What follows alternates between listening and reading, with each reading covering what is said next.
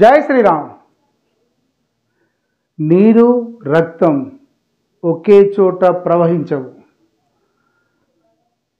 ప్రధానమంత్రి నరేంద్ర మోడీ గారి యొక్క ఈరోజు జరిగిన ఉపన్యాసంలో అంటే జాతిని ఉద్దేశించి మాట్లాడిన క్రమంలో తను చెప్పాలనుకున్న మాటల్ని, భారతదేశ ప్రజల మనోభావాల్ని చాలా స్పష్టంగా ఒకేసారి ప్రపంచానికి చెప్పేశాడు.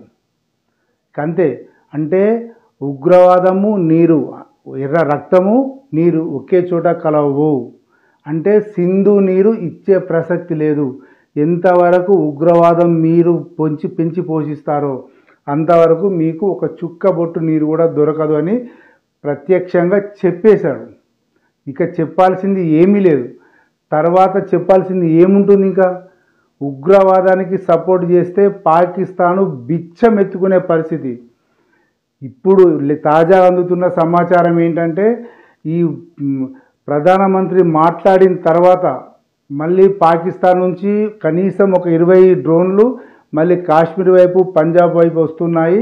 అక్కడ బ్లాక్అవుట్ విధించారు. అక్కడి స్థానిక అధికారులు బ్లాక్అవుట్ విధించారన్న విషయం వస్తున్నది. ఏదైనా ఇక ఏది చేసినా అంటే సీజ్ ఫైర్ అయిపోయింది. డీజీఓలు వాళ్ళు మాట్లాడుకున్నారు. ఇరు దేశాలకు సంబంధించిన సైనికాధికారులు మాట్లాడుకున్నారు. ఆ మాట్లాడుకున్న తర్వాత కూడా ప్రధానమంత్రి జాతిని ఉద్దేశించి, జాతిని కాదు ఇంకా ప్రపంచానికి తన వైఖరిని చెప్పేశాడు. భారతదేశం ఏమనుకుంటుంది, ఏం చేయాలనుకుంటుందో చెప్పేశాడు. ఇక ఒక్క బుల్లెట్ పేలినా అది ఆ దేశమే బాధ్యత వహించాలి అని చెప్పని ఒక కండిషన్ మాట్లాడుకున్నట్టుగా సమాచారం. ఇప్పుడు విషయం ఏంది? పాకిస్తాన్ మళ్ళీ డ్రోన్లను వదిలింది. దాని దగ్గర ఉండే గవే మన దీపాలకి కాల్చే ఆవాజాదులు ఉంటాయి కదా, చిన్నపిల్లలు కాల్చేటి, అట్లాంటివి ఉన్నాయి తప్పితే వారితో ఊరు కాలది, పీర్లేవది. అయిపోయింది, వాళ్ళ సంగతి అయిపోయింది.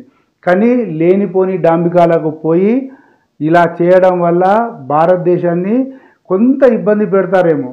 అంటే భారతదేశాన్ని వాళ్ళు ఇబ్బంది పెట్టడం కాదు. ఇప్పుడు విషయం ఏమైందంటే మన భారతదేశంలో ఉన్న కొందరు అంతర్గత శత్రువులు కూడా భారత్లో ఉన్న ప్రజల్ని ఇబ్బంది పెట్టే పరిస్థితి చేస్తున్నారు. తప్పుడు సంకేతాలు ఇస్తున్నారు. వారు ఇట్లా చేసిండ్రు, ఇట్లా జరిగింది, ఏదేదో చెప్పేస్తూ ఏదో చేస్తున్న మసిబూజి మారడుగా చేస్తున్న విషయం ఈరోజు నరేంద్ర మోడీ గారు చాలా స్పష్టంగా చెప్పారు. ఏంటంటే వాళ్ళు ఒక్క బుల్లెట్ పేల్చినా అది వారికే ఇబ్బంది. న్యూక్లియర్ బాంబ్స్ ఉన్నాయని చెప్పి భయపడటానికి ఏమీ లేదు అనేది సంకేతాన్ని ఇచ్చారు. సీజ్ ఫైర్ కావటానికి కూడా మనం ఒక విషయాన్ని చాలా క్షుణ్ణంగా గమనించాలి. అంటే ఇది మామూలుగా సోషల్ మీడియాలో వైరల్ అవుతున్న విషయం ఏంటంటే డొనాల్డ్ ట్రంప్ కూడా పక్కాగా భారతదేశానికి సపోర్ట్ చేశాడు. మీరు ఏమన్నా చేసుకోండి, అది మీ సమస్య అన్నాడు. జేడీ వాన్స్ కూడా అది మీ ఇష్యూ బై, మాకు సంబంధం లేదని చెప్పి అన్నాడు. ఎప్పుడైతే బైకర్లో ఇక్కడ ఒక చోట, పాకిస్తాన్లో ఒక చోట ఒక న్యూక్లియర్ రహస్య స్థావరం మీద దాడి జరిగింది, అందులోంచి పొగలు బయటకు వస్తున్నాయి అన్న విషయాన్ని అమెరికన్ ఇంటెలిజెన్స్ కనుక్కొని డొనాల్డ్ ట్రంప్కు చెప్పిన తర్వాత ఇద్దరిని బలవంతంగా ఒప్పించి, అంటే ఇక మళ్ళీ జరగకూడదు, అంటే ఇప్పుడు ఏది జరిగినా కూడా నష్టమే. పాకిస్తాన్కి, అమెరికాకి ఏం నష్టము అనంటే అమెరికా బినామీగా అంటే తన యొక్క న్యూక్లియర్ సంపత్తిని పాకిస్తాన్ పేరు మీద ఒక చోట దాచుకుంది.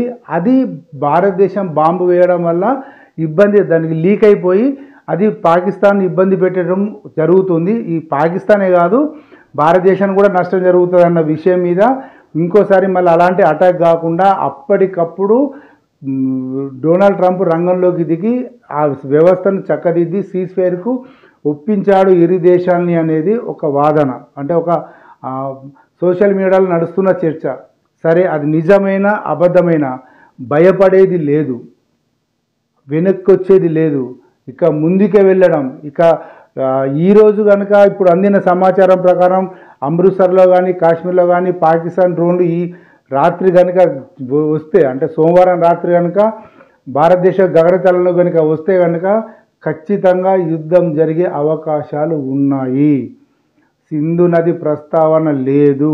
ఉగ్రవాదం తర్వాత ఇది POK, ఈ రెండే పాకిస్తాన్తో మాట్లాడే ఎజెండాలు. ఇక వేరే ఏదీ లేదు. కాబట్టి ఇక తప్పదు యుద్ధం అనేది ఆ సంకేతాలు భారతదేశ ప్రజలకు అందుతున్నాయి. ఇక ఎలా జరుగుతుంది, ఎట్లా జరుగుతుందో చూడాల్సిన విషయమే. జై శ్రీరామ్.